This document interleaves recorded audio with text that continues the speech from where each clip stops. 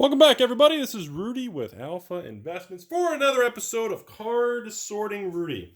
It's been a while. First things first, obviously, you guys are noticing the women's clothing line is starting to show up.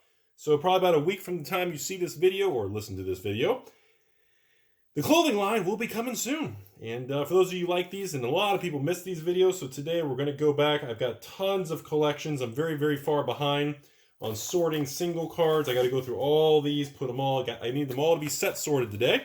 So today's topics at hand are going to be economics and pretty much people who don't want to invest because they want to wait for a downturn.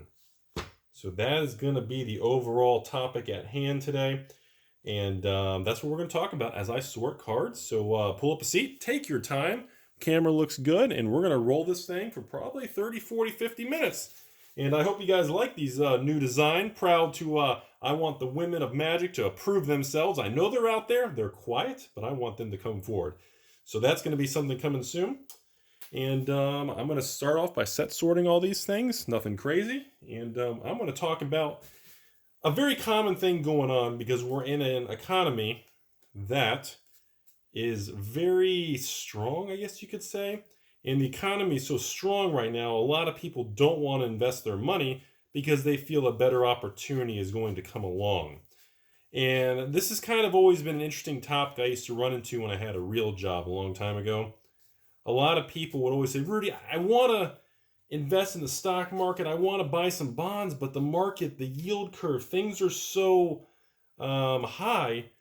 Shouldn't I just keep my money on the sideline and wait for a better opportunity? That was a really, really common thing that people used to ask me over the years. And I really want to address that. First, we're going to talk about corporate bonds and this whole yield curve thing for all you economists and recession people. And so short little tidbit. For those of you who don't know what that means, yield curve is pretty much kind of the Fed and what interest rates and bonds use to pay interest rates at different maturities. And a yield curve inversion is usually a sign of like a future downturn, or the investors feel that we're going to have a recession or a slowdown. So what happens is short-term rates end up becoming higher than the long-term rates, which is very unusual, and it's not supposed to be that way. You're supposed to get a better return for investing your money, obviously, for a longer time period. So when you start having that get backwards, wait a minute, you're going to pay me more to invest short and you're going to pay me less for investing long. That's what makes people very suspicious, because it makes people feel like they know something that others don't know about. Ice Age cards. What do we do with Ice Age? Well, snow-covered land. Supposedly that's supposed to be a thing, everybody. So with that being said, let's talk about that. Here's the problem with all these things. So just for future information, everything I talk about in this video is only going to be based around individual corporate or government bonds. We're not going to talk about mutual funds or ETFs without a set maturity date.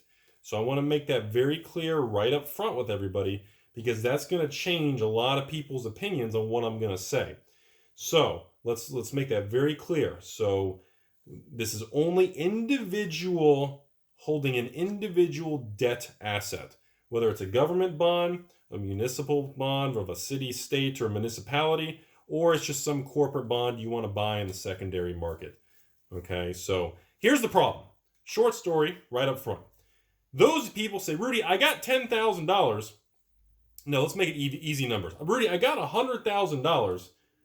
I want to invest, but I feel like I found a BBB rated bond. It seems pretty stable, and the interest rate seems to be probably about 6% for 10 years. Okay. All right. Seems kind of normal. But I feel like if the rates are going to change on me, I don't want to lock that money up for that 6% for the next 10 years when I can wait, and maybe next year I can get 8% for 10 years. Okay. That's fair enough. That kind of makes sense. So Rudy, what do you think I should do? Should I wait for the better environment or a better deal before locking in that money? So here's the problem, everybody. Here's the $1 million issue that I used to run into when I had a real job. Oh God, it's a bent card. The thing is, if you wait, it may or may not come.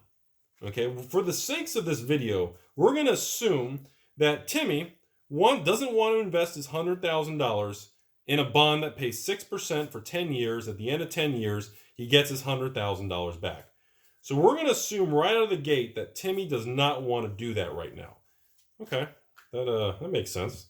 So Timmy's going to wait 2 years, and guess what? He got lucky. 2 years from now, the same bond, because the interest rate, the yield curve adjusted upwards, and guess what? That same bond is selling for a cheaper price 2 years from now, and instead of 6%, he could buy that same bond, okay, for 8%. He was right. Timmy was right. Now here's the problem. He left his $100,000 in cash, money market, checking account, savings. He left it available the whole time for 2 years, getting 0%. But guess what? He was right. He was able to get a higher interest rate. So, was it worth it? That's the most important thing of this conversation. Was it worth it? Well, here's the thing, everybody. He lost 2 years of getting any interest. So now that he's investing, he's getting a little better return. He's right. But was it worth losing 2 years and getting 0% during that 2-year window just to make a little bit more? Statistically speaking, in this particular example, probably not. Because what happens was, although he's getting a higher rate now, he got 0% for 2 years. So that caused his actual return to be skewed downwards.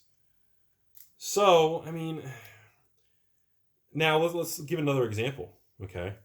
What would have happened if 2 years went by and that same 10% bond, or I'm sorry, 10-year bond was still paying the same 6%? And he said, screw it, I give up. I'm going to go ahead and put my $100,000 in the bond. Okay, well, guess what, everybody? Timmy's putting his $100,000 in the bond, and now he's getting a 6%, but he just lost 2 years of getting a possible interest rate or a return because he was nervous and he wanted to wait.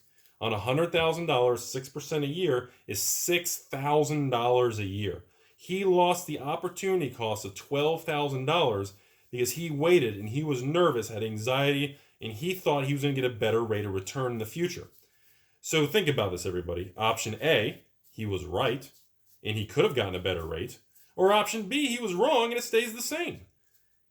Both of those options, because he didn't do anything for 2 years, he ended up losing money.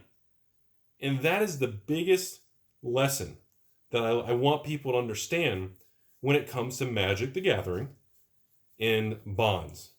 I'm not going to talk about the stock market today. That's a different animal. Because of the swings on principle, the stock market's a little different. So, but when it comes to these bonds, remember, as long as the bond, if you're buying a bond in Walmart, which probably pays like 2% because it's so safe, if you're buying Walmart or some other silly bond, at the end of the day, all you got to ask yourself is in 10 years, are they going to be in business? If the answer is yes, then you need to do it. You need to start making some money. If the answer is you're not sure, well, maybe that kind of thing is not the best, maybe not the best choice for you because you don't want to get caught holding a bond that has the possibility of defaulting on you because that's a bad day and you can get stuck in all kind of arbitration liability. It could take forever and drive you crazy. So do you guys see what I'm getting at here? The opportunity cost is a very dangerous thing that a lot of people, I don't think fully, what's a good word to use? They fully seem to understand the risk involved of waiting a long time, all because they wanted, quote unquote, the Rudy syndrome. They wanted the good deal. They wanted the chase. They wanted the hunt, everybody. Do you guys see what I'm getting at? And that is the scariest part about engaging in investments or trying to wait and time the market when it comes to Magic reserve list cards or when it comes to, buying a corporate bond, some sort of debt instrument. We can talk a little bit about stocks in the future on another video, but I apologize. I haven't been doing as many finance videos and different things lately because I'm in that transition of expanding and moving right now. And I wanted to bring back this card sorting thing because I had so many things to sort and people miss it because a lot of people like to listen to this on the weekends while they sort their collections. So I thought we would do a nice long video of that today. I assure everybody, I promise you a bunch of finance, a lot of things are coming. I just need another 30, 60 days to get everything in place, the new background, the new things set up, and then you'll see it kind of show up. So let's go back to this, everyone. Let's talk about magic now, the reserve list thing, okay? So a lot of people, the number one thing in magic is, Rudy, the cards are too high. I'm waiting for a pullback. Okay, you understand we just went through a massive pullback. Okay, well, are we on the same page of this? We already went through a major pullback, everybody. The revised dual lands are down like 40% from their peaks. I know it's still a lot of money. It's still expensive. It's not super cheap compared to other times in history. I get that. Everything's relative. But at the same time, you need to be very careful to wait too long and it goes back up because that's the thing. It's the same thing with Wall Street. Opportunity does come along where the market, because remember, markets tend to overshoot in both directions. Always remember that. That is so important, everybody. Let me say that one more time. Markets overshoot the downside and the upside all the time. Okay, when the markets have strong news, big things happen, the market's going to try to figure out how to price it, and you're going to see the market swing too far down, like in 2008, or maybe December, Christmas Eve of 2018. You're going to see a strong downward movement, but usually it overshoots that direction and eventually corrects itself, which means level goes back up some and reinflates. Because the market's not sure how deep that cut's going to be. It's not sure what's going to happen. So it kind of overcorrects and assumes the worst. And then eventually when it levels out, that's when the money and the real opportunity and the wealth is created for a lot of people. And I don't think a lot of people fully understand that. It was a very difficult thing to really, a lot of my clients, when I had that real job, it was tough for a lot of those people to understand that. They really couldn't grasp that. It was a very confusing thing. And to summarize it, I'll be very blunt with everybody. At the end of the day, you have to buy and invest when people are scared and things are dropping in price. That is the most important thing for people to do. The best opportunities in life are buying real estate, magic cards, corporate bonds, government bonds, stocks, when nobody wants to do it. The panic is legit. People are fearful. When that opportunity and when that's happening, you need to move in. That's the time to really start looking for the opportunity to do this stuff. So I think so far this video is actually going pretty good. How far are we? I don't even know how long we've been yapping. 12 minutes, okay. So I want people to first think about that. If and or when the day comes, when you have more money and the opportunity for investing starts to happen. Your life starts to stabilize. The opportunity's there. You're ready. You're not worried about your monthly bills. You're ready to plan for your future, your family. You want to take care of things. And during those windows, those are the times you got to be real careful to not let that fear overtake getting to investing and making money. And look, everybody, look. I'm not going to lie to you all, okay? I do believe our currency, the Fed, the government, the inflation, the whole stuff, I get it. I'm not a fan. I don't agree with a lot of this stimulus and quantitative easing, all this BS to keep the market inflated, to keep the old SPY, keep the old S&P, keep the SPYs going high. I get it. I've heard it all. I understand what you're thinking. I know what you're going to say. I get it. I don't agree with it. I'm sure one day the dollar, the collapse, the kind of that peg, everything's pegged to the dollar. I get it. There is real risk to that long term. I'm on board, everybody. I understand what you're saying. I hear you loud and clear. I really do. I assure you all. But I want you all to also understand it's like an options trader. And some of you out there may not be familiar with options. The problem with options traders, and the reason most people go bankrupt from them, is not because they're right or wrong. It's because they don't know when to be right or wrong. That is the problem with trading options. For people who love to buy out of the money, puts and calls, they want to engage in different sort of straddles, strangles, iron condors, different net credit debit type spreads and getting all this crap. I get it. I've been there. I've done that. I did clients who did that. I understand what you all are getting at. Seriously, I do. But to not make this whole video about that, the problem with all of these things is you don't know when that last shoe is going to drop. You don't know when the market is going to actually turn. Remember the golden rule. A guy I used to know at Merrill who used to work at Goldman told me one time, he said, you know what, Rudy, remember this. Almost every Wall Street trader is right and wrong in his life. The problem is most of them go broke because of time erosion and timing the market. It's not whether you're right or wrong. It's people go broke trying to time the market. And they get cocky because they get some of the trades correct, which gives them a false sense of confidence. And that confidence leads to bankruptcy. I hope you guys understood what I just said. It's a very strange thing I just said.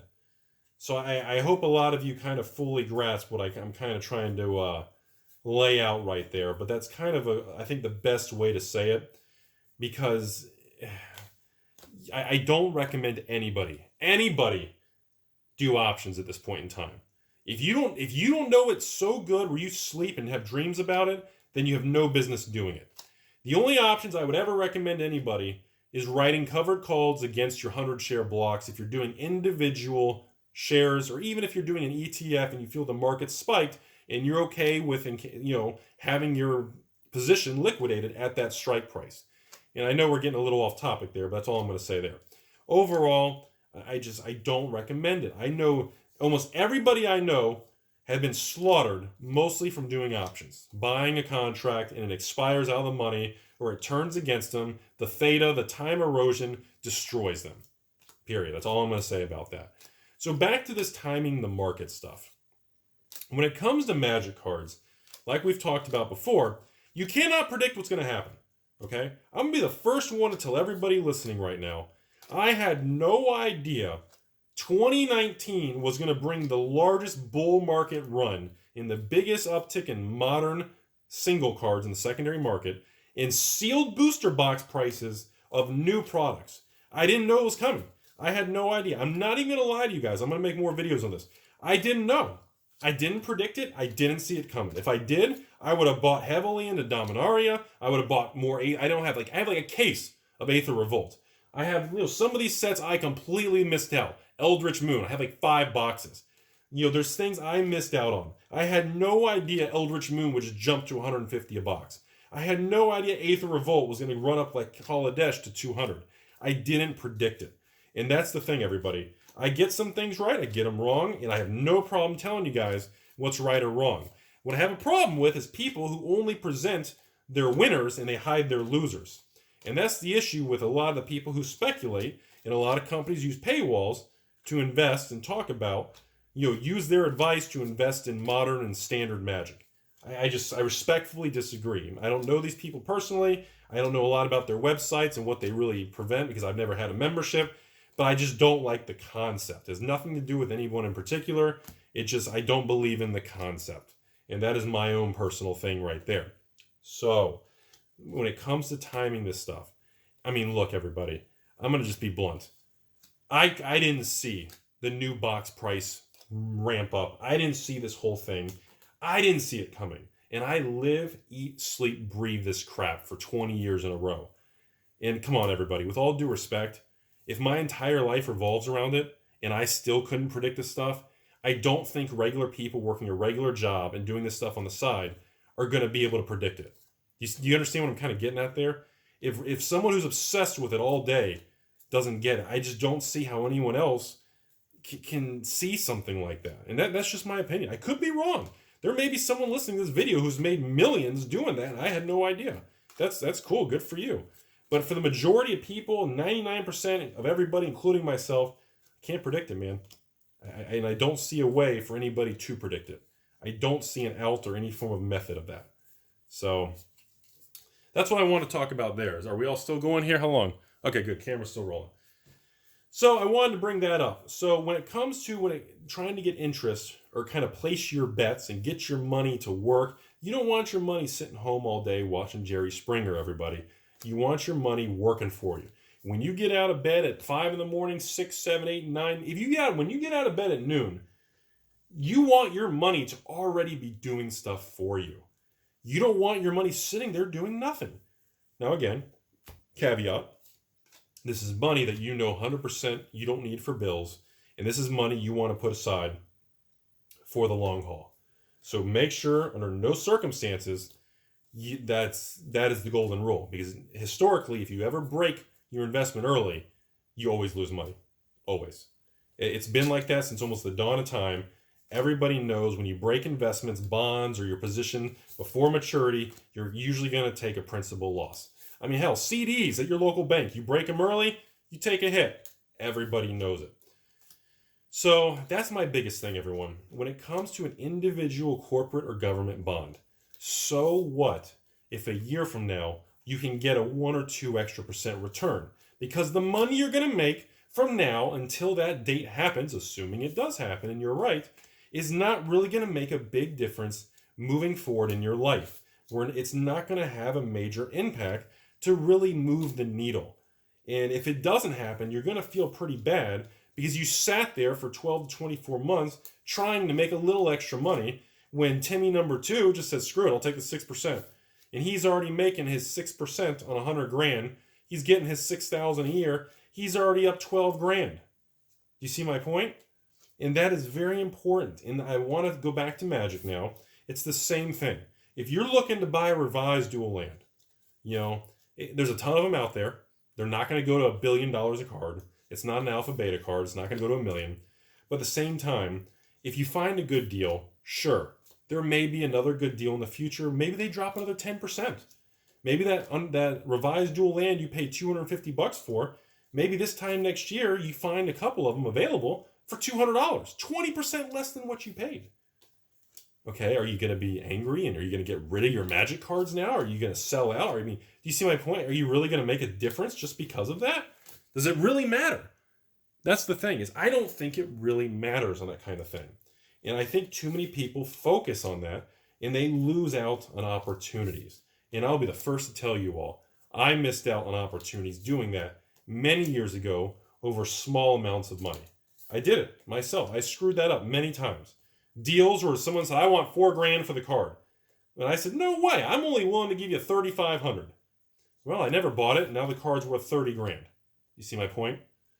And I look back at those and it was silly. And again, I didn't have as much money back then. I was in a different situation. So things were different back then. But it's just something that, I don't want people to just beat themselves up over analyzing these decisions. And I've told you this all the time. Now, this isn't the end of the video, but I've told you guys all the time. One of my golden rules for things like that. And one of my golden rules, and I've said this in older videos too. Wow, look at all these snow-covered lands. One of my golden rules is I would rather be the person on YouTube that if and or when the day Magic collapses and reserve list stuff tanks, I would rather be the poster child kid. I want to be the guy in the internet that said, you know what? You guys remember that Rudy guy who always talked about everything collapsed? He probably lost everything. I would rather be that guy. If that ends up happening and I end up losing everything, so be it. So be it. I respectfully accept that position on the internet for people to judge me. I'm fine with that. But I don't want to be the person that's sitting around at a restaurant with family and significant others and I say, yeah, I could have made millions of dollars, but I never invested in the cards. I didn't do it because I thought it was silly. People made fun of me. Everybody thought the whole thing was a silly concept. Nothing ever happened. I should have done it. I talked myself out of it. I thought Magic was going to fail. I thought Magic was going to collapse, so I never did anything. But God, I'm telling you, I was in front of all these Power 9 cards and dual lands for $200 a card, and I chose not to because I thought they'd go down, and then life got busy. I never bought into it, and guess what? I missed it. I didn't do it. Is that really the conversation? Think about that. Which conversation would you rather have haunt you? Honestly. For me, I'd rather be the guy who tried to build an empire, and I'd rather lose. I'm 100% cool with that. You know what? Because I will tell my family, my kids, my significant other, in 10, 20 years from now, I was on YouTube, I did all this stuff, I talked about investing, time went by, and guess what? I was wrong, everything collapsed, it didn't work out. Okay, whoa, that's crazy, Rudy. What a story. Wow. I mean, I don't think that's really a bad thing. I don't see, like, to me, if somebody told me that, I don't think I would be, like, negative judging them or anything. I would say, well, man, you probably should have done a better direction or something. But I mean, I can't fault anybody for trying in this world. And I feel we have a big cultural problem with that. Nobody wants to try. Nobody wants to go the distance. Nobody wants to work the second, third job. Nobody wants to be seen. Oh, I can't be seen doing that job. Oh my God, I look like a loser. Everybody, the attitude is so backwards in 2019. It truly does bother me. It truly bothers me, everybody. And I think it's a sad thing because I think millions of people out there, and I know just a couple thousand people who watch these long videos are going to understand, we get one shot, everybody. Don't screw it up because you're fearful.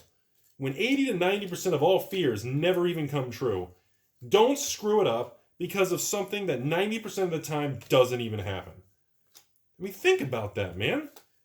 I mean, how many times have you met people who said, oh yeah, I knew so-and-so Apple, I should have bought Apple stock at $1 a share in the 90s and 80s, and oh yeah, Microsoft for $5 a share, and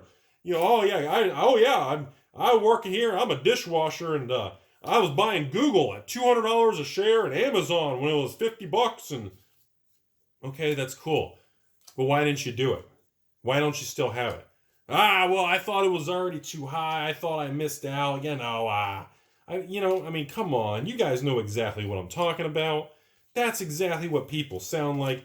Everything is an excuse to not do it. And that's a huge issue I have. Look, if you don't want to, if you don't like Rudy, you don't like how he invests and buys the cards because he truly just likes them, you don't believe that attitude, you don't believe what I'm saying, fine. That's cool. I highly respect your opinion and I respectfully disagree. And that's fine. There's nothing wrong with that. But to sit there on the internet and bash everybody you see or every YouTube channel you watch, no matter who they are, this and that, oh, I'm better, I make this. It's not right because you're sitting there as a keyboard warrior on the internet. You're probably doing nothing with your life. You probably got a one-bedroom apartment with 3 roommates. You're making minimum wage. You're probably drinking, smoking, gambling, scratch-off tickets, energy drinks, and you're bashing people on the internet. And you know what? I feel, how does that make me feel? Honestly, I think it's sad. It doesn't really make me angry. I think it's sad. Because I know, and you all listening to this video, you know one day those people, they're going to regret it. They're going to get older and they're going to be like, yeah, I used to spend all this time on YouTube and social media, tweeting and Instagramming and Snapchatting and Tumblring and whatever this, I don't know what all the websites are. Snapchat, did I say that? Facebook. And you're going to get older and you're going to be like, what did I do? Was it worth it? I didn't do anything. I was angry all the time, leaving comments and feedback on all these different people's videos and channels and internet and message boards, but now I'm older and I didn't do anything. This sucks. I'm in the same situation and this sucks. The world is out to get me. Whatever city you live in, it's the city's fault, and you're angry at everybody. And that can lead to bad, psychological things, negative feelings, and, I'll be honest with you guys. It just leads to a bad outlook on life. It's unhealthy, and that leads to depression and bad things. And really, and that's not really, that's just one example, but it's just something that I think that people, I think it's too difficult and you don't see it till it's too late. And that's something I learned from a lot of older people working around. When I was younger in my 20s and I worked at a brokerage firm, a lot of the older people who worked around me, they were in their 40s and 50s. Some were even in their 60s and 70s. And the stories they would tell me on Friday nights and lunch breaks and going out and getting drinks were unbelievable, you all. These stories were so ridiculous, I had a hard time believing some of them.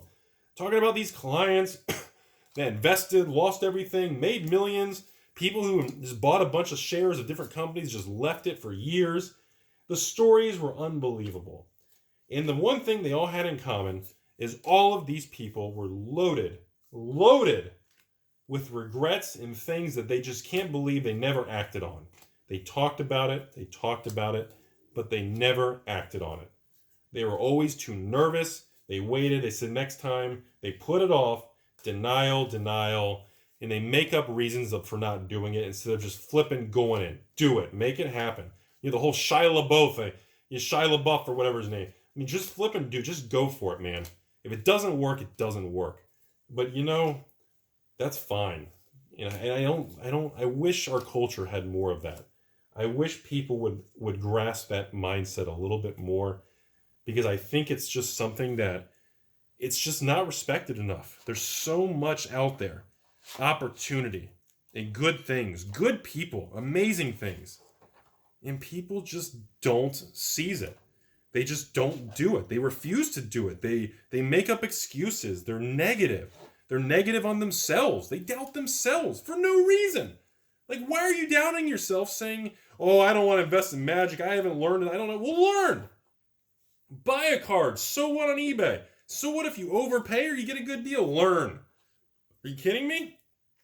But this whole strange internet image era, I feel bad for a lot of people, because I think it's just going to take a long time for a lot of people to realize a lot of the amazing opportunities and things they're going to miss. And I do believe most people eventually will realize it. I actually do believe that. I think eventually most people are going to have some moment in their life where they kind of will realize that they kind of did some things wrong. And some people don't. I'll be honest. Hey, some people never realize. They're never upset. They said, you know what? My life was fine. Screw it. I thought I'd be dead at a young age. Turns out I didn't. I thought I would be drugs, overdose, alcohol. You know what? Didn't happen. So be it. Didn't happen. But now I'm older. I'm still working. I didn't plan. I didn't do anything. This sucks. Okay. So now what? And now you end up, I don't know about you. I guess, you know what? I gotta bring this into the video. One of the things that people used to tell me, the number one reason people would decline to invest with me when I had a real job with a real company, working the real brokerage firm, my 50 state licenses, 766, all this crap. You know the number one thing that used to irritate me when people would decline to invest? They would tell me, well, Rudy, I'd rather spend the money now, because what if I'm dead tomorrow? What if I'm not around? YOLO, right? You gotta live it up now. What if I invest and it turns into millions, but in 20 years from now, I'm not even alive to enjoy it? What if I'm not around in 20 years, and I worked hard and took your advice, and in 20 years from now, I pass away, and I don't get to enjoy any of my money because I took your advice? All right. Well, I got not much to say to you. Then you know what? If that happens, then you're right. You were right, Timmy. You should have spent all your money before you passed away. Although, do you have kids? Do you have family members where that money's still not wasted? Depends.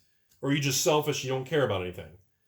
And by the way, the worst part is, 99% of the people who said that, guess what? They are still around in 20 years, because the life expectancy in 2019 is very high. And especially if you take care of yourself, and you're not a chain smoker drinker, and you actually take care of yourself, and you don't treat your own body like garbage. If you actually take care and respect yourself, guess what? Your life expectancy is probably going to be in the 90s, if not hundreds, by the time that future rolls around. And you're going to look like a fool. And the Rudy answer to that is, well, let me put it this way. Let's assume you are around. Rudy, would you rather work your entire 20s and 30s? Okay, well, there goes all your glory years, all your best years, right? Har, har, har. Is that what people are supposed to say? Those are your best years, Rudy. Okay. Would you rather work your best years when you have all that energy and youth? You just want to give that up, Rudy? Well, let me put it this way. I'd rather work my butt off for 10, 15 years, because I know the results are going to be, I get 40 to 50 years after that of doing what I want to do. Suddenly, when you put that perspective, it doesn't seem too bad now, does it? So wait, you're telling me, oh, okay, so if I work and do the right thing for 10, 15, 20 years, honestly, let's just say 10 years. You do the right thing, work hard, invest for 10, 15 years. Let's just say even 10 years. And that sets your future up for the rest of your life. That means by the time you're 35 to 40, you could be set and you could live from 40 to 90 without financial stress. Are you kidding me?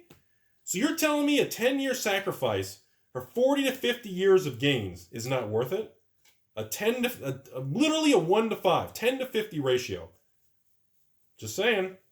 And I know what people are going to say. Oh, Rudy, you don't get it. You don't get it.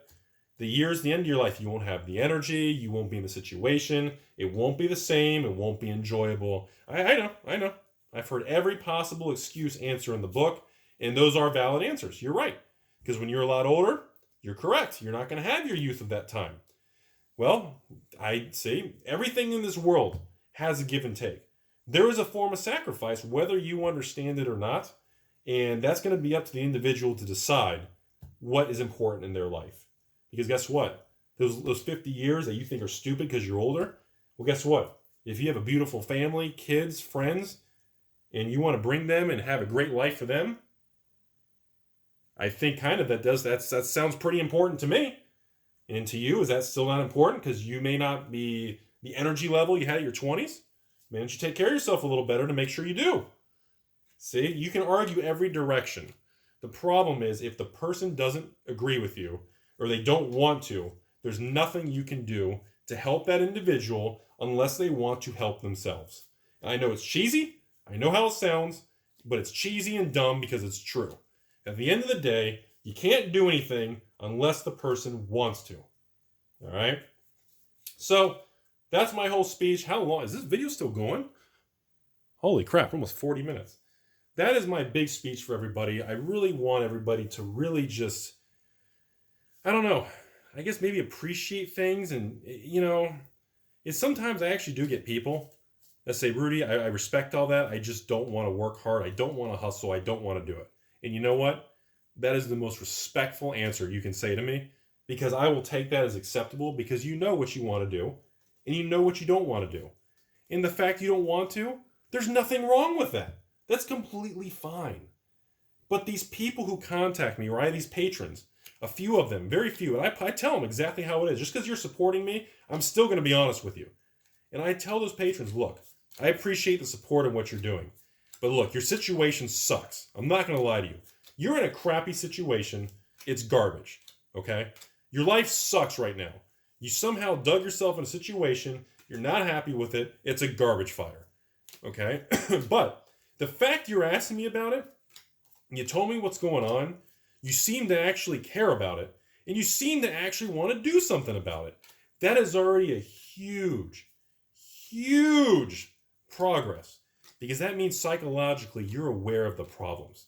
Your brain is saying, hey, something's wrong. This sucks. I want to do something. That is a huge step forward, everybody. Huge, massive. That tells me and everybody else that you're aware of the problems, you want to do something about it, and you're looking for answers. And right now you're still looking for maybe an easy way out. But eventually you're going to realize that, you know what? It sucks, because the real answer to all these things, and the real thing about getting out of debt, credit cards, student loans, your job sucks, and this is the part people don't want to hear. The real answer to all that is it sucks. And if you want to break that mold, it's not going to be fun. You're going to work a crap ton.